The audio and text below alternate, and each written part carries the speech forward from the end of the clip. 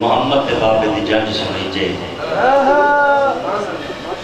इजाजत दे तो एक होर जंज सुनावा पढ़ना मजबूर सी खुदा फकर इो वेला है शमसी साहब अचानक माहौल बन गया इस वेख के दिल कीता है सईदा दियां बस दियां जंजां पढ़ियां उतनी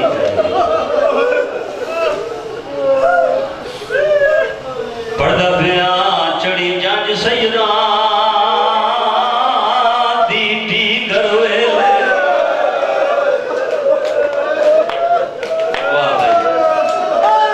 वाह भाई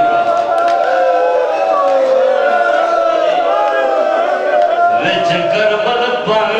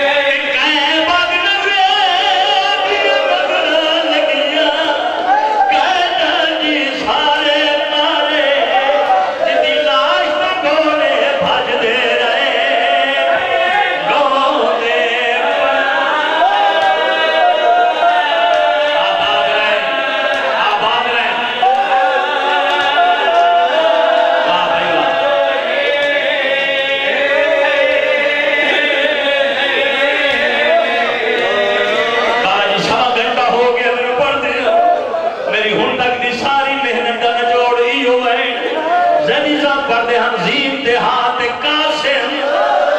जमीन ते आए अजा जींदा घोड़े फट गए वसदा है बस ए हुसैन दिलाल बिनु औलाद दे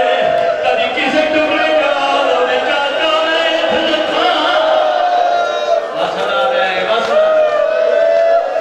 मां दी चादर दे विच कासिम दे टुकड़े टुकड़े शुरू कीते बाजी टुटदा है टुकड़ा चाहता चुमदा रख ले वल टुटदा है चुकदा चाहता चुमदा रख ले अचानक हुसैन दी कट ते हाथ